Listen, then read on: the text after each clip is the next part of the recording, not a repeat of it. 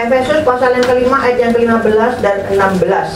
Karena itu perhatikanlah dengan saksama bagaimana kamu hidup.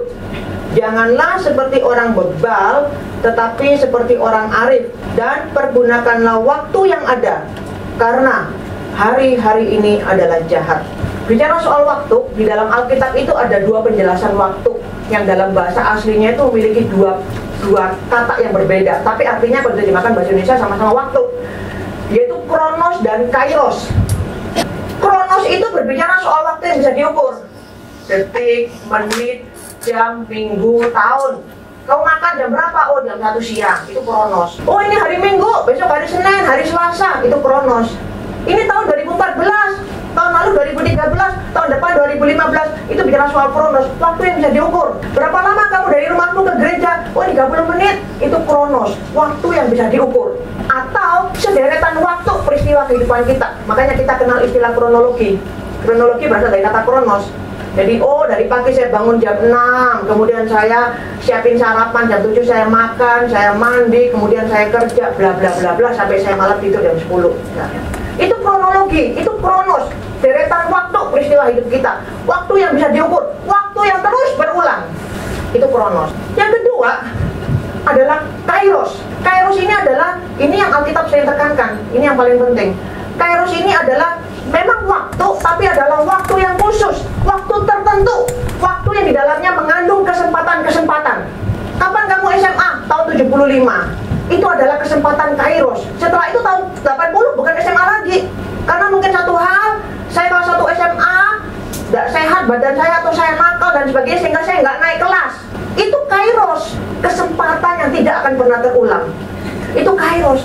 Saya menikah umur 20, ya udah itu kesempatan karena saya mungkin salah mengambil pilihan. Saya menikah umur muda, umur 17 tahun, dan sudah tidak terulang lagi. Itu kairos. Jadi ada banyak, dalam kronos ada banyak kairos-kairos. Begitu. Nah, waktu yang dibicarakan tadi oleh Alkitab yang tadi kita baca itu bicara soal kairos. Kesempatan, bukan hanya waktu yang terulang hari Senin, hari Seninnya lagi, bukan itu. Tapi bagaimana di dalam waktu ini ada waktu-waktu khusus, ada kesempatan-kesempatan khusus yang Tuhan berikan. Ini yang dibahas. Makanya tadi ketika kita bicara di depan soal banyak dari kita yang pernah mengalami kekecewaan, banyak dari kita yang pernah mengalami memori-memori yang menyakitkan, banyak dari kita yang hampir semua pernah mengalami kenangan-kenangan yang menyakitkan di masa lalu, penyesalan-penyesalan di masa lalu. Kenapa? Karena itu bicara soal kairos. Tidak bisa diulang. Kalau kronos masih bisa diulang. Tahun depan ya masih lagi bulan Januari, bisa ada lagi Natal, bisa ada lagi bulan Desember, terulang. Itu kronos. Tapi ketika kita menyesal, itu adalah karena kairos, kita kehilangan kesempatan. Saya kehilangan kesempatan masa SMA saya yang menyenangkan. Itu kairos. Saya menyesal kenapa dulu waktu sekolah saya tidak baik-baik sekolah, tapi karena nafsu sesaat akhirnya saya harus menikah. Menikah di usia yang begitu muda. Seharusnya masa muda itu saya lewati dengan senang-senang, tapi akhirnya saya harus berbeban dengan satu keluarga, harus punya anak dan sebagainya. Itu bicara soal kairos. Tidak akan pernah terulang masa-masa seperti itu. Dan kita menyesal pun bisa dibilang tidak ada gunanya. Bisa diperbaiki, tapi masa memang bahwa kita pernah punya anak di usia 17 tahun itu tidak bisa kita apa-apakan lagi. Semua penyesalan kita itu karena berkaitan dengan kairos, bukan dengan kronos. Sekarang tahun 2014, ini kronos. Tahun depan masih ada 1 tahun lagi, tahun depannya lagi, tahun depannya 1 tahun lagi, akan ada Januari lagi, kembali lagi ke Februari, ke Maret, April, itu kronos. Waktu yang terus berulang, itu kronos. Hari ini minggu depan ya hari Minggu lagi, kita ketemu lagi. 2 minggu lagi, hari Minggu lagi, kita ketemu lagi. Itu kronos. Tetapi di dalam kronos ini ada banyak kairos. Nah sekarang apa yang Tuhan mau kita lakukan di akhir tahun 2014 ini? Bukan hanya kita menjalani kronos begitu saja lewat tahun, ya udah lewat tahun 2014 masuk tahun baru, ya seperti tahun-tahun yang lalu. Itu kronos namanya. Kita menjalani kronos seperti menjalani hari-hari biasa. Tapi di dalam kronos ini, di akhir tahun ini ada kairos yang Tuhan mau untuk kita ambil. Ada kairos yang Tuhan mau untuk kita lewati. Sekarang pilihan ada di tangan kita. Maukah kita menjalani kronos? Hanya menjalani kronos ini begitu saja? Ataukah kita mau menjalani kairos yang Tuhan berikan kepada kita? Bagaimana kita menjalani kairos yang Tuhan berikan ke kita? Tadi ayat udah bilang kan, ayat 15. Karena itu perhatikanlah dengan saksama bagaimana kamu hidup. Kalau kita mau menjalani waktu ini dalam kairos, bukan hanya kronos, Alkitab pertama bilang, perhatikan bagaimana kamu hidup. Jadi akhir tahun ini Tuhan mau kita kembali memperhatikan bagaimana kita hidup selama ini. Akhir tahun ini Tuhan mau kita kembali memperhatikan bagaimana kita hidup sepanjang tahun 2014. Kalau kita kehilangan momen ini berarti kita hanya melewati waktu secara kronos, bukan secara kairos. Tapi kalau kita mau memperhatikan, mengambil waktu akhir tahun ini dengan kembali memperhatikan bagaimana kehidupanku Tuhan sepanjang tahun 2014, kita melewati waktu secara kairos. Tuhan mau kita memperhatikan bagaimana kita hidup. Memperhatikan. Pernah nggak satu kali memiliki kesempatan untuk jalan bersama dengan orang ke tempat yang kalian tidak tahu tempat itu, karena asiknya ngobrol, kalian tuh juga nggak tahu. Kemudian kali kalau disuruh pergi sendiri ke tempat itu nggak tahu. Pernah ya? Nah, saya juga sering lah begitu. Jadi ke tempat tertentu memang nggak tahu, tapi karena bareng teman, dijemput, atau emang perginya bareng, dia yang tahu, yang ngobrol aja di jalan sama dia, karena emang dia tahu ya, jadi nggak perhatikan jalan. Nanti lain kali disuruh ke tempat itu lagi nggak bisa, karena sepanjang jalan bagaimana ke situ nggak memperhatikan, gitu loh. Tapi kalau disuruh pergi sendiri, misalnya, oh di mana tempatnya, ini alamatnya, kita kan perhatikan jelas-jelas kan. Oh di sini 7-Eleven, oke, tentu nyebrang jalan, oke. Oh di sini ada sekolah SD, oke. Terus belok kanan, oh ya di sini, oh ada bangunan biru, oh ya, gitu. Kita tahu. Lain kali pergi sendiri, kita langsung tahu. Kasih tahu orang pun kita langsung tahu, bisa.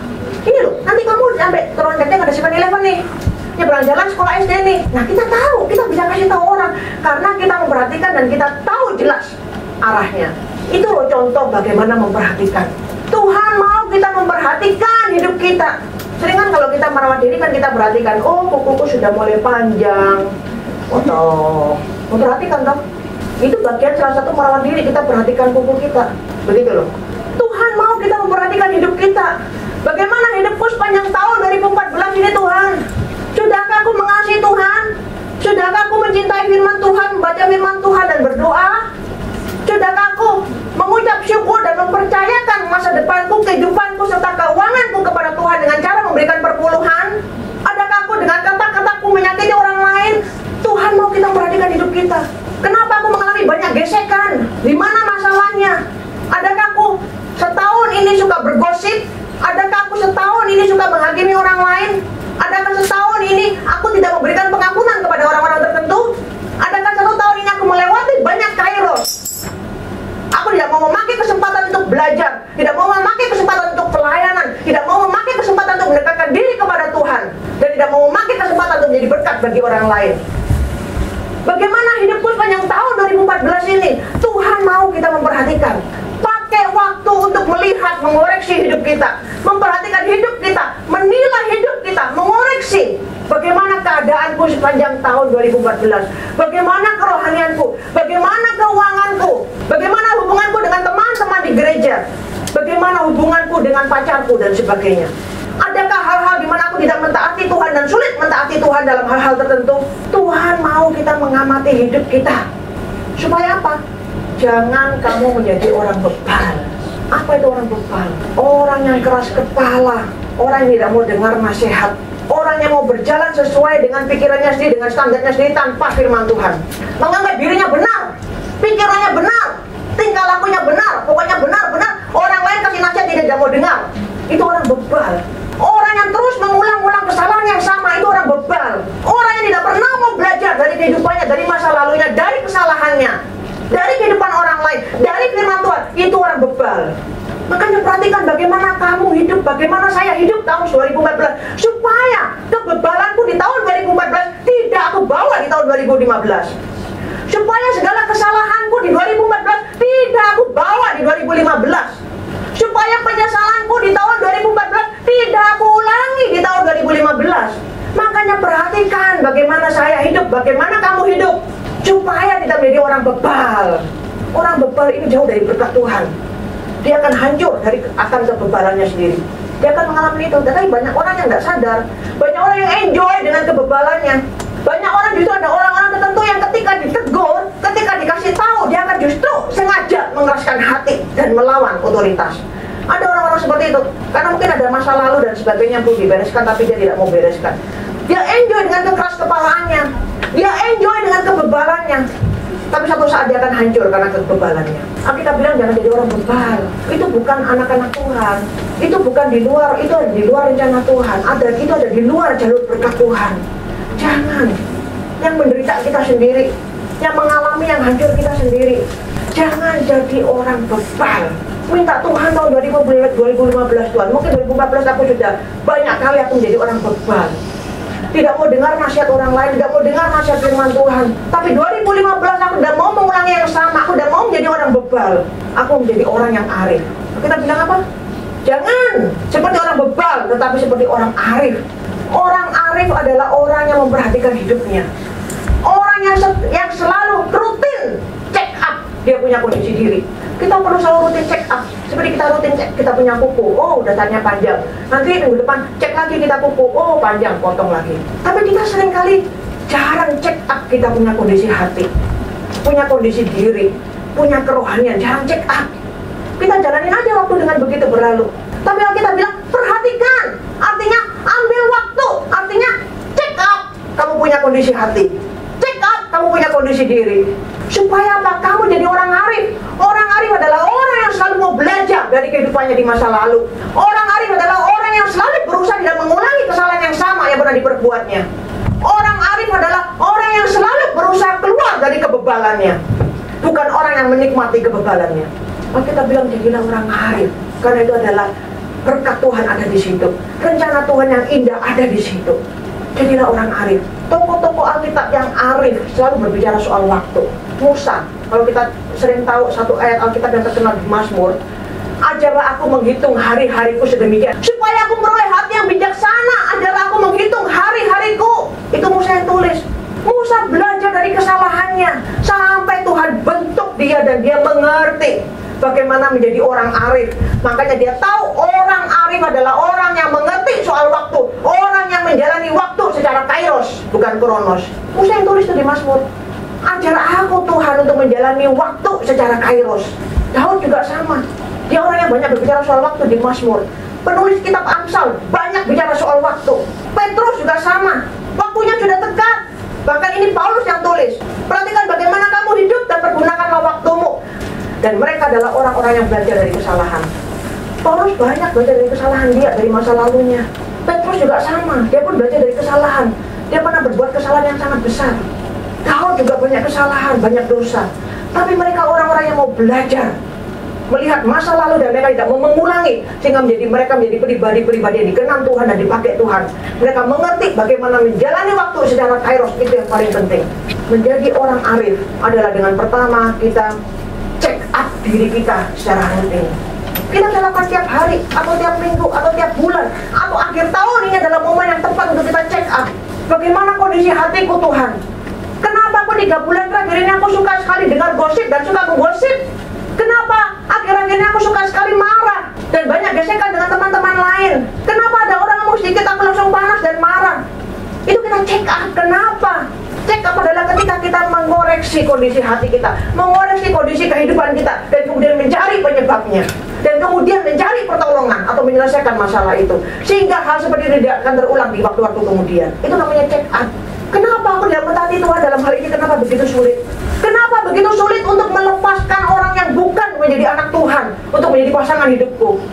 Kenapa hatiku selalu terikat dan jatuh pada kesalahan-kesalahan yang sama? Kenapa aku tidak taat dalam hal tertentu? Kenapa sulit taat dalam hal ini? Kenapa aku tidak bisa melakukan yang ini?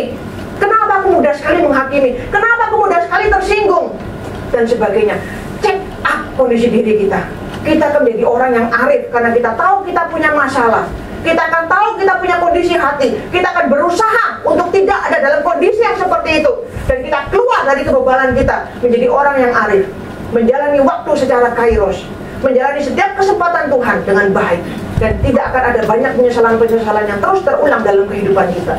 Perhatikan dengan seksama bagaimana kamu hidup, bagaimana saya hidup sepanjang tahun 2014 ini, supaya saya tidak menjadi orang bebal di tahun 2015, menjadi orang yang arif.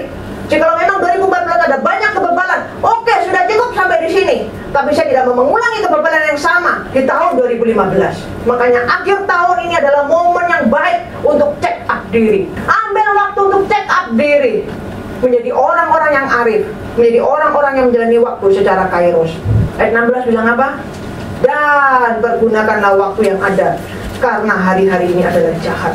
Hari-hari ini adalah jahat, makanya pergunakan waktu yang ada. Bukan harinya yang jahat sebetulnya, tapi kondisi dunia ini memang membuat akhirnya hari-hari kita dan orang-orang yang hidup di dalamnya itu menjadi orang jahat. Semakin hari dunia ini akan semakin jahat, itu kita tidak bisa tolak. Dengan semakin bertambahnya kemajuan teknologi, kemajuan zaman, itu membuat kejahatan manusia itu semakin besar, semakin banyak. Contohnya yang sederhana, Facebook atau internet. Dulu mungkin kita kejahatannya berkurang, misalnya karena kita nggak tahu media. Sekarang dengan adanya media bisa menyebar ke seluruh dunia, orang bisa ada timbul kejahatan apa yang dulu nggak ada. Misalnya menipu uang lewat Facebook misalnya, atau misalnya banyak orang juga yang menipu, yang paling jahat pun menipu soal cinta. Ya kan, lewat Facebook. Dulu nggak ada kejahatan seperti ini, nggak bisa ada.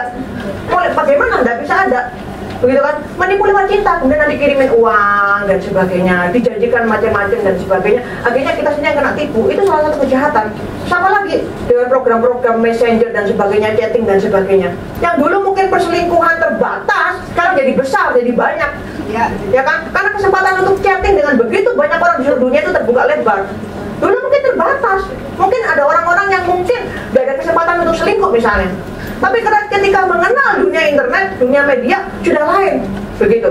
Atau mungkin dulu karena keterbatasan teknologi dan sebagainya, kita punya kecanduan pornografi dan sebagainya, mungkin tidak parah, tidak ada apa-apa yang kita bisa lihat.